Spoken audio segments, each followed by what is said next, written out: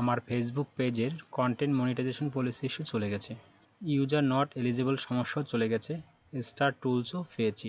এখানে দেখুন, হয়তো আপনিও আমার মতো অনেক দুশ্চিন্তায় ছিলেন কন্টেন্ট মনিটাইজেশন পলিসি ইস্যু নিয়ে, কিন্তু কিভাবে আমার সব ঠিক হয়ে গেল আমার অভিজ্ঞতা থেকেই আমি বলবো।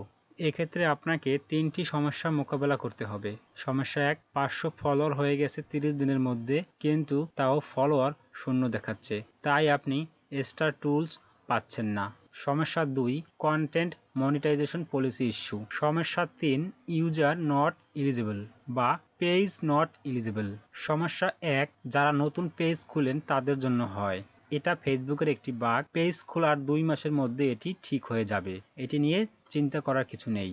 সমস্যা 2, এই সমস্যায় পড়েন নাই এমন মানুষ খুব কম আছে।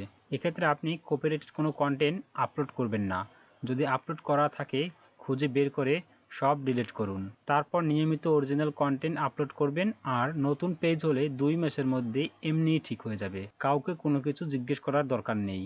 সমস্যা 3, পেজ নট এলিজিবল। এটি ফেসবুকের একটি নতুন বাগ, প্রতিটি পেজে এই সমস্যাটি দেখা যাচ্ছে, তাই ধৈর্য ধরে অপেক্ষা করুন, আশা করি ঠিক হয়ে যাবে।